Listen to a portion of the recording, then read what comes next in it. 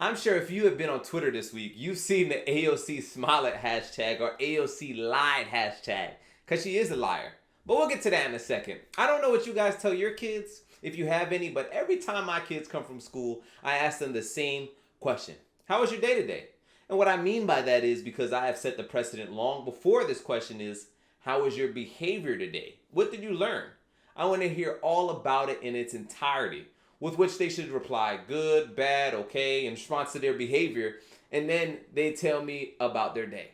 I make it noticeably clear, as I think everyone should, that leaving out pertinent details with intention is lying. Misleading is what I would call an unintentional untruth, but it could also fall in the spectrum of lying. So if I say to my kids, for example, how many times did you wash your hands today? And they say definitively 8 times. But then I find out later it was 10 times. That would be misleading, but not necessarily lying. Now, if I ask my wife, I say, where'd you go today, honey? And she says she went to the gym and the post office, but fails to tell me she also went to her friend's house that I don't like and stayed there for a while. Now, this is misleading, and it falls in the spectrum of lying by omission. Okay, now I've noticed in general, AOC doesn't just do it. This isn't a Democrat thing or a Republican thing. This is a people/politician and 100% a media thing where people intentionally obscure exculpatory evidence to the facts that they present. I want to show you just the title of this video that AOC posted on Instagram Live. The video was 1 hour and 29 minutes. I watched it in its entirety because I wanted my own opinion not influenced by anyone else. And I do this because people lie. And they can change your perception on things just merely by projecting their opinions on you. I want to make some disclosures here before I really begin to dive into this video, okay? I believe that sexual assault is an atrocious crime and should be prosecuted to the fullest extent of the law. Rape too. My heart goes out to any survivor of that atrocious act. I mean it. I will not say AOC is lying about her sexual assault experience, which she says in the video, because I don't know. Yet, this is her first time she ever mentions it. I'm just going to start with the facts, and I'll add some opinions after. You could see that this video is titled, What Happened at the Capitol? I watched the clips of this video prior to really reading anything, and honestly, I felt her fear watching it. Like, this is crazy. My heart is pounding. This sounds bad, like it's really bad. She does this whole reenactment of her going through this traumatic experience, and I'm feeling like I'm in it with her. And then she talks about someone banging on the office door. She doesn't know who it is. She's hiding in fear of her life. But then she later finds out it was the police. Boom, boom, boom, boom, boom on my door. And then I hear these huge, violent bangs on my door, and then every door going into my office. Just bang, bang. Oh, shoot. See, look, I'm banging over again. Bang, bang, bang, bang. Like someone was trying to break the door. There was no voices. There were no yells, no one saying who they were, nobody identifying themselves, and just boom, boom, boom. Jump into the bathroom. And I immediately realized that I shouldn't have gone into the bathroom. I should have jumped in the closet. And so I opened the door when all of a sudden I hear that whoever was trying to get inside got into my office. And then I realized that it's too late. And I come out. And this man is a Capitol Police officer. Now, I just want my viewers to take note of this for a second. Analyze how she's telling this story. She omits the details of the cop until the very end, leaving you in this state of suspenseful perpetuity. I believe, this is my opinion, not a fact, that AOC is a masterful communicator and manipulator. But not just because of this video, and we'll get into that shortly as well.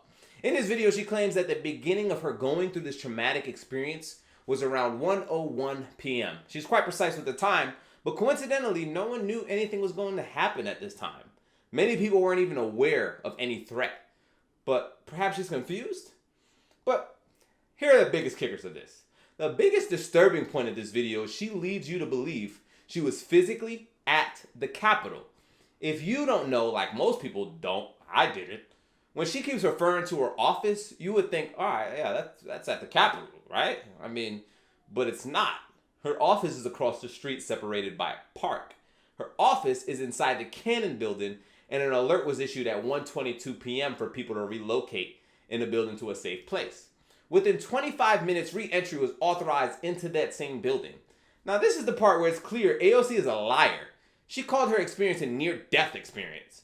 But what happened in reality, according to her own testimony, is a police officer came into her office and was instructing her to evacuate. She was just on 10 during this moment because she felt like she was going to die. But nothing happened to her. Again, this is due to her own account.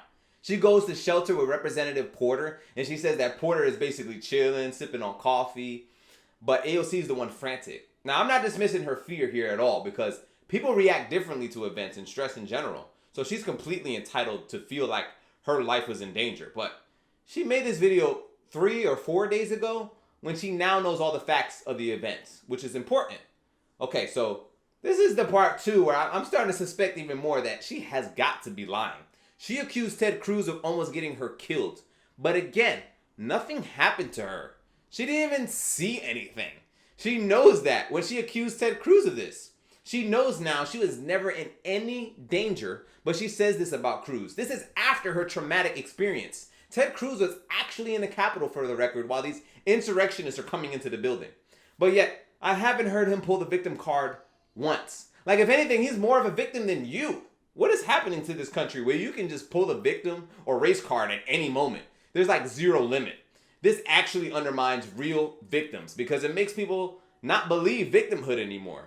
You use the word so much that people like me are getting so tired of this narrative. I lived in Colorado Springs, and nearly every week for a period of time, there was a car that would do a drive-by on the house in front of me, and I would have to drop down and hope that I would not get shot. But I wasn't traumatized.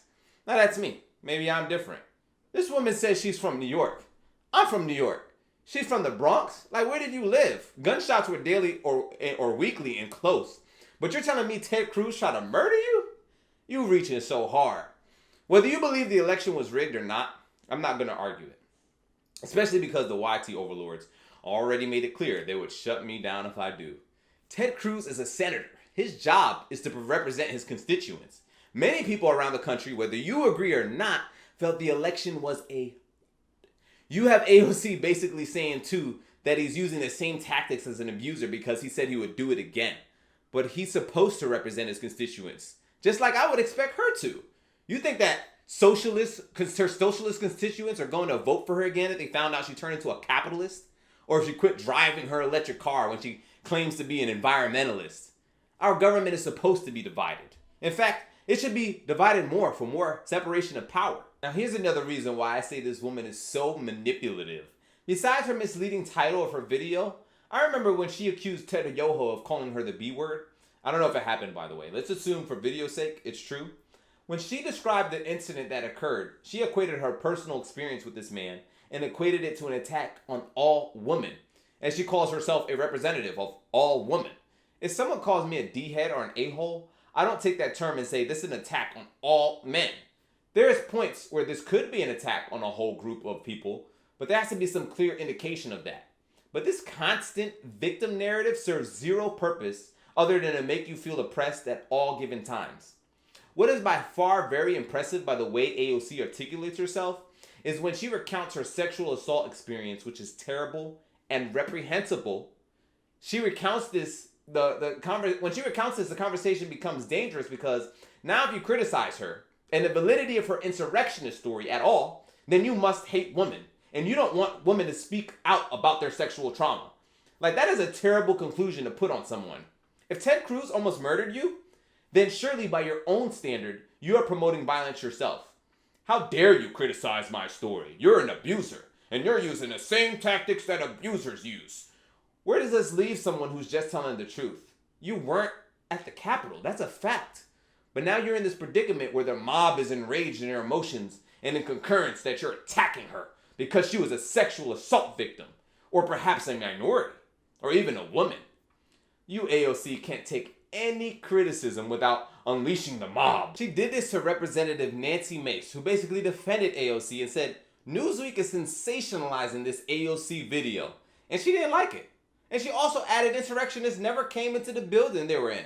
This representative is 2 doors down, but this is just a fact, never disputed by AOC for the record. Like, why are you attacking someone that's saying the facts? She wants to galvanize the mob on anyone that would criticize her, period. You don't believe me? Nancy Mace is also a survivor of rape, and AOC is just using her base to attack another woman in the same situation. This isn't about protecting and standing up for women. How could you sympathize with women who have been through such an atrocious act and then attack someone who's been through the same for telling the truth? You are an abuser using the same tactics. This is about sensationalism, riling up emotions and creating her own hierarchy of altruism and victimhood where she will be at the top, free of any criticism, attempting to use social media against anyone critical of her, and she dares to call others murderers and compare the former president to Hitler. How dare you critique me, racist, xenophobe, rapist sympathizer, homophobe? It becomes readily apparent that AOC will say anything to enrage her base to do her bidding. This is why she's a liar and dangerous. She can make false claims with no real repercussions. January 6th was a terrible event, but it was an event that you did not experience to the degree some of your colleagues did, the same colleagues you've torn down, like Matt Gaetz, Nancy Mace, and Ted Cruz. It's time for AOC to be canceled.